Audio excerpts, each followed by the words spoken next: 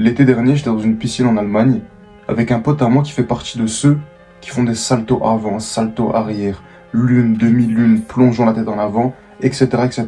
Moi, à ce moment-là, j'étais tout l'inverse. Je faisais partie de ceux qui aimaient se poser dans la piscine, les mains posées sur le rebord, en train de discuter ou jouer avec un ballon. Mais ce jour-là, accompagné de cette personne, j'ai décidé de goûter un peu à ce monde, goûter à cette vie, goûter à ce type d'adrénaline. Donc je me retrouve 10 minutes après, sur le bord d'un plongeoir à 4 mètres de hauteur, avec quelqu'un en bas qui me crie « Réfléchis pas, juste tu cours et tu sautes ». Exactement ce qu'il voulait que je fasse, c'était une lune. Pour ceux qui savent pas ce que c'est, tu te mets au plongeoir, tu cours vers l'avant, tu sautes vers l'avant, mais tu te jettes en arrière pour finir sur tes jambes. Au départ, comme un mec normal qui a pas l'habitude de ce genre de figure, je me mets au début, j'hésite, je regarde, je dis est-ce que c'est haut, est-ce que ça va, comment je saute, est-ce que je saute tout droit, est-ce que je saute du côté, est-ce qu'il y a quelqu'un qui est en bas, parce que mec, s'il y a un mec qui est en bas, je vais attendre. Je me retrouve au bord, j'hésite, on peut dire que j'ai peur.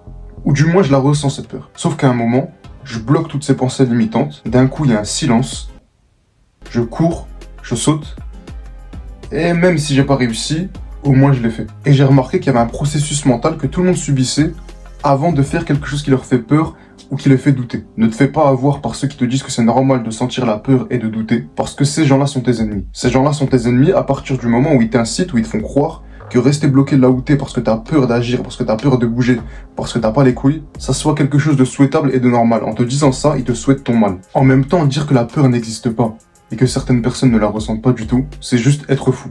Parce que ouais, quelqu'un qui ressent pas la peur, quelqu'un qui a pas du tout peur, qui a vraiment peur de rien.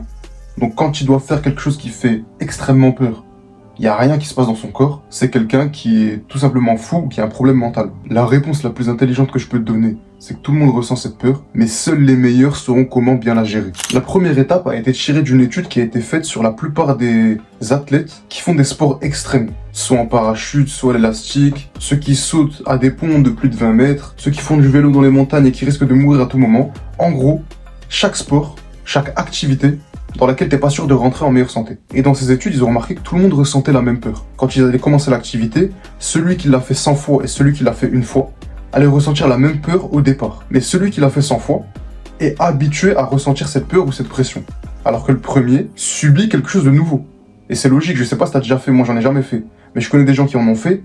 Quand tu fais une fois du saut élastique et qu'après tu le fais une deuxième ou une troisième fois, voir que t'as la chance d'en enchaîner plusieurs, la première et toutes celles d'après n'ont rien à voir. Que tu fasses une fois du saut à l'élastique ou 10 fois du saut à l'élastique, au départ, avant de sauter, tu vas ressentir la même pression. Si jamais c'est ton 10e saut à l'élastique, ton corps il sait exactement comment gérer cette pression.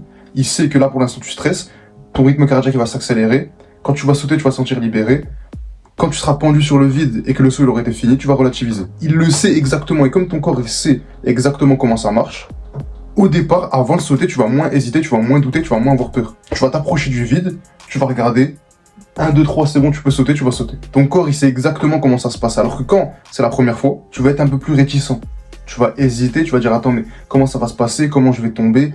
Et ton corps, il sait pas comment gérer toute la pression qui vient là maintenant, que tu comprends que tu vas sauter dans le vide. Et donc, tu stresses plus, et t'hésites à sauter. C'est pour ça qu'on voit plein de vidéos de gens, on entend le moniteur qui leur dit 3, 2, 1 à 1, ils sont là, ils avancent, après ils reculent, ils n'arrivent pas à sauter, ils sont au bord du vide, soit ils sont obligés de se faire pousser, soit ils sont obligés d'être forcés, soit on leur laisse un peu de temps pour réfléchir et après ils sautent de eux-mêmes. Mais dans tous les cas, ce qui fait que cette pression, que cette peur, que tous ces doutes soient mieux gérés, ça a été l'habitude. Et donc le conseil pratique que je peux te donner, c'est que si jamais il y a une activité qui te fait peur, une activité en particulier, que tu sais que tu vas devoir faire plusieurs fois dans ta vie. Parce que tu sais que quand t'as peur, quand t'hésites, quand tu doutes, tu réfléchis moins bien ou t'as moins de technique. C'est plus adrénaline, je le fais pour le faire. Dans ces domaines où t'as besoin de plus de technique, il faut que ton corps s'habitue à cette pression. Dans tous les cas, tu vas la ressentir. Mais celui qui l'a fait 100 fois saura exactement comment gérer ça. Fais-le, jusqu'à arriver à un point où cette activité ne sera plus aussi effrayante qu'elle en allait, ou du moins, ton corps sera habitué, ton cerveau sera habitué à gérer la pression que tu as à faire cette activité. Ensuite, on va bloquer tout ce qui est pensée limitante. Pour ceux qui savent pas, j'ai fait 2 vidéos qui s'affichent là et là qui parlent de l'identité. En gros, ton corps va agir en fonction de comment toi tu te perçois.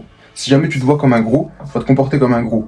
Si tu te vois comme quelqu'un qui sait pas sauter haut, tu vas jamais sauter haut, etc., etc. Et il y a plein de livres qui en parlent, notamment celui-là, qui explique le pouvoir de l'identité sur les performances d'un individu. Ton identité, elle a un impact sur tes résultats. Et quand tu sais ça, alors t'as la clé pour pouvoir gérer tes peurs et tes doutes. Si jamais tu te laisses envahir par toutes les pensées limitantes, par toutes ces pensées qui mettent en scène le pire des cas.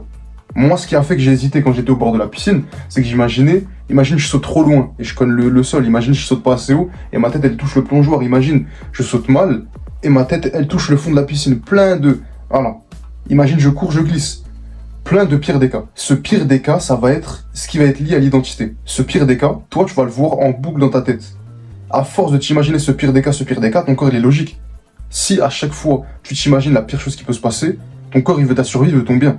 Donc, il va éviter que tu fasses face à cette situation.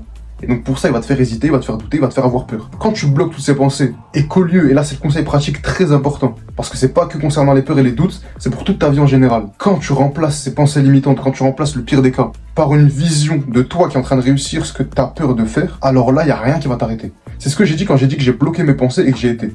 Je me suis imaginé, juste avant de sauter, réussir ma lune et retomber sur mes pieds. C'est ça qui a fait que j'ai pas eu peur de le tenter. Au lieu d'imaginer le pire des cas, tu vas t'imaginer le meilleur des cas.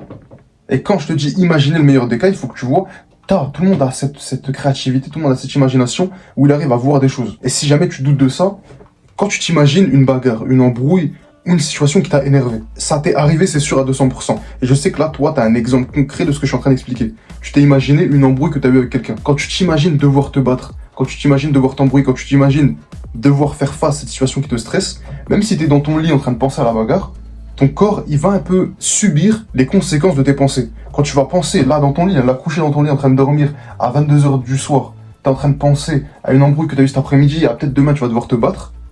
Toi qui es dans ton lit, qui a rien à voir avec la bagarre, dans laquelle il n'y a aucune situation de danger, tu vas ressentir une accélération de ton rythme cardiaque. Tu auras l'impression que tu respireras moins bien ou plus court.